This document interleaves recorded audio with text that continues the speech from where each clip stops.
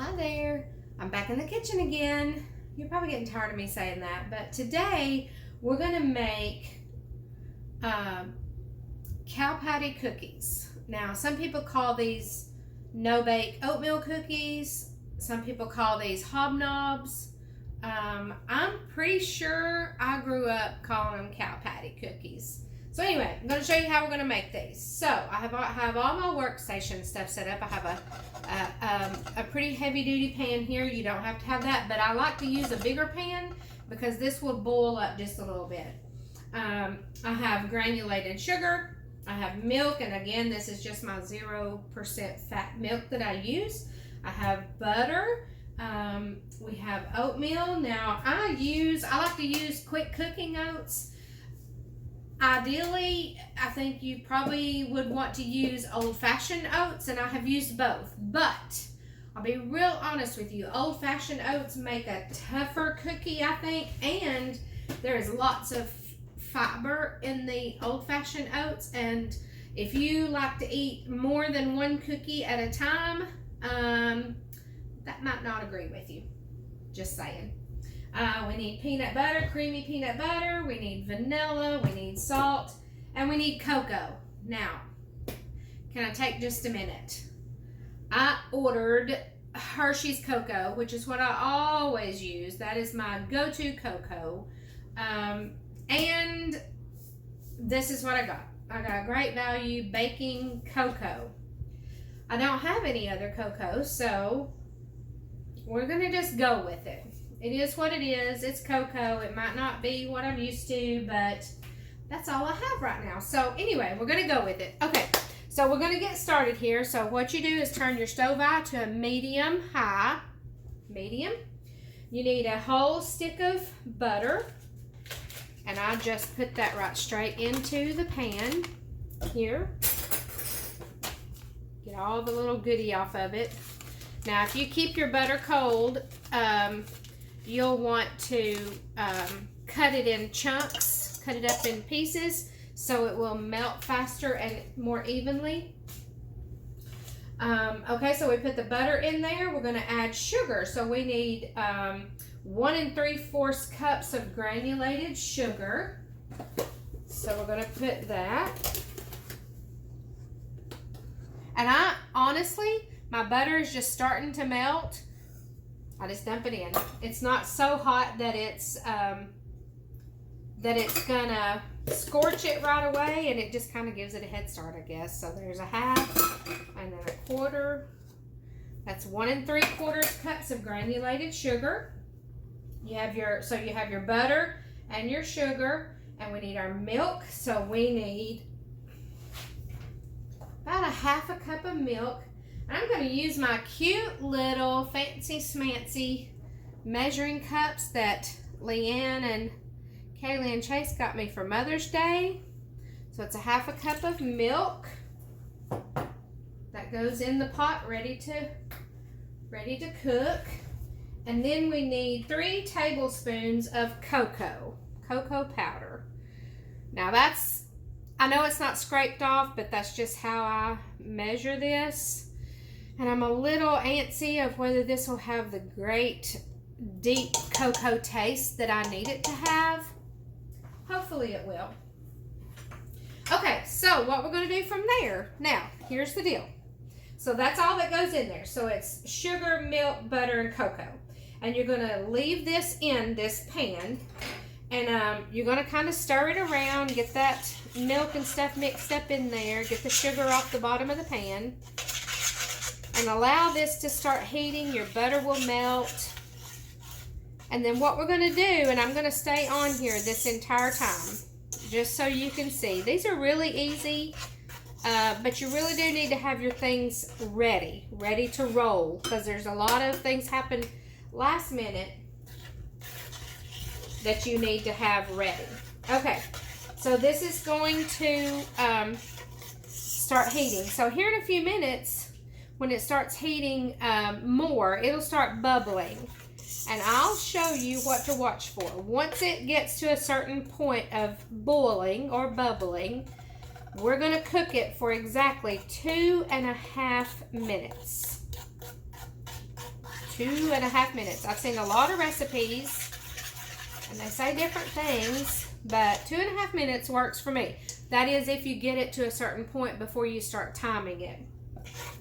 So once that's boiled, and we'll go through this as we go, but once that's boiled, we're going to pull it off the heat, stir in our peanut butter, stir in our vanilla, our salt, and our oatmeal.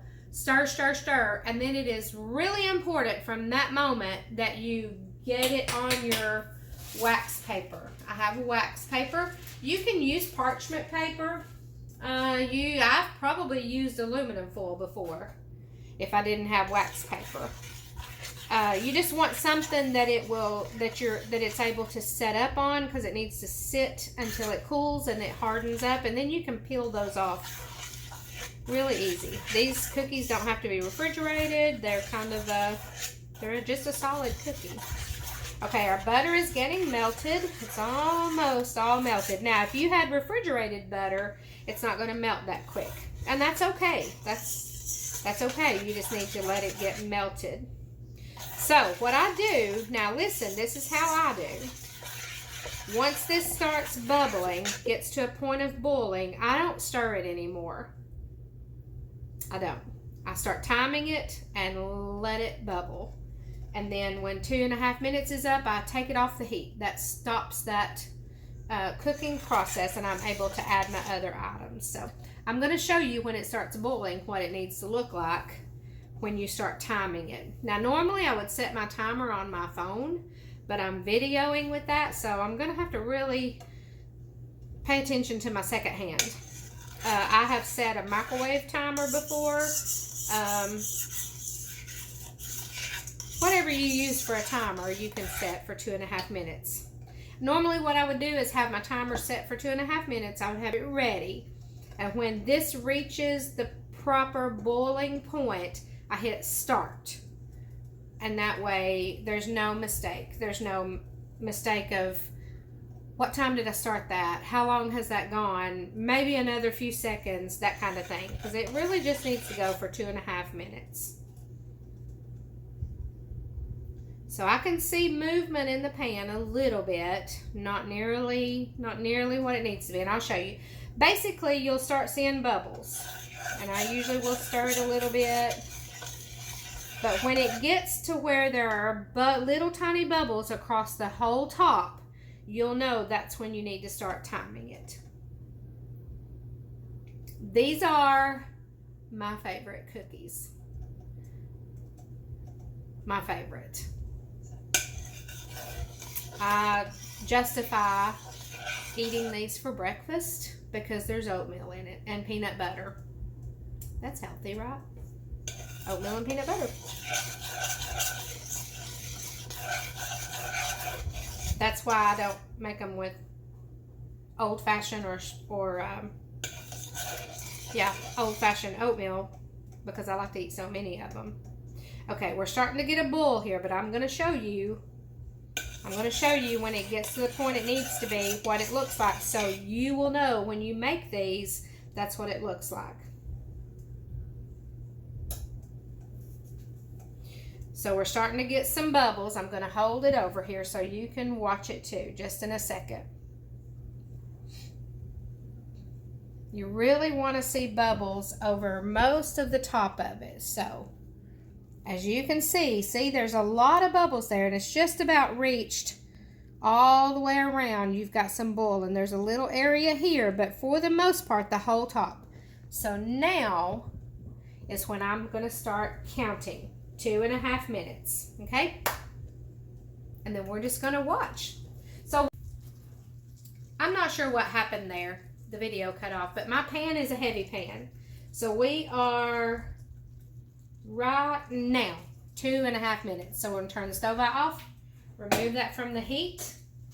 First thing we do is put our peanut butter in. I like to do that so it will start to soften up a little bit. Okay, so we put that in, and then we need to add 1 teaspoon of vanilla. I seem to have lost my 1 teaspoon measuring thing, so I'll do a 1/2 teaspoon twice, And then we also need 1/4 teaspoon of salt. So we'll do half of a half. There we go. And then I stir this while it's still really hot. Get the peanut butter all melted into that before I put my oats in. That's just how I like to do it. Some people don't do it that way, but I'm afraid that the peanut butter will clump up on the oats and make it more difficult. But I get that stirred all in there. Then we're going to dump the oats in, all 3 cups, all at once. And then stir, stir, stir. And then these are really just, once you get all of this in, these are dropped by teaspoon or tablespoon, whatever you want to do. I mean, by all means, if you want to do them bigger than that, do them bigger than that. But just make sure all your oatmeal is stirred in and coated really well. See? And then come over here to my wax paper. I hope you can still see me. And I'm just going to start pulling it out and dropping it. These spread just a little bit when you first start. Just keep them apart. Just maybe an inch apart. And then I usually kind of keep it scraped down because the thinner it gets in your pan, the quicker it will set up. You can make these as big or little as you like. I think somebody somewhere down the road called these preacher cookies. I'm not sure where that cookie name comes from. I had a preacher that loved these cookies. They were his favorite, but I don't know why. I don't know why they were called preacher cookies. These are no-bake chocolate oatmeal cookies, or hobnobs, or cow patties, or some people call them preacher cookies. I don't know. I'm sure I know a bunch of preachers that would probably like them. Don't know that they're favorite enough to be called preacher cookies. So then we get down to the last, and I mean just scrape out every little ounce of this. You do not want to waste any of this. These will set up really quick. I mean, honestly, by the time they cool, they'll be set up. So I'm going to give those a few minutes, and I may come back and show them to you before I upload the video, but have fun. Make them yourself. Okay, so I wanted to come back real quick and show you. These cookies have already set up. It took they're still warm, but they've probably been sitting here maybe 15 minutes, and these are ready to eat cookies. They will get more solid the longer they sit. Like I said, these are still warm. So you can do this. This recipe made 20 cookies of the size that I made them. I just literally lift my wax paper up and pick the cookie off of it. So there you go. We have cow patty cookies, hobnobs, chocolate oatmeal, no-bake cookies, or preacher cookies. Again, I don't know why they're called preacher cookies. Anyway, have fun. Make some for yourself.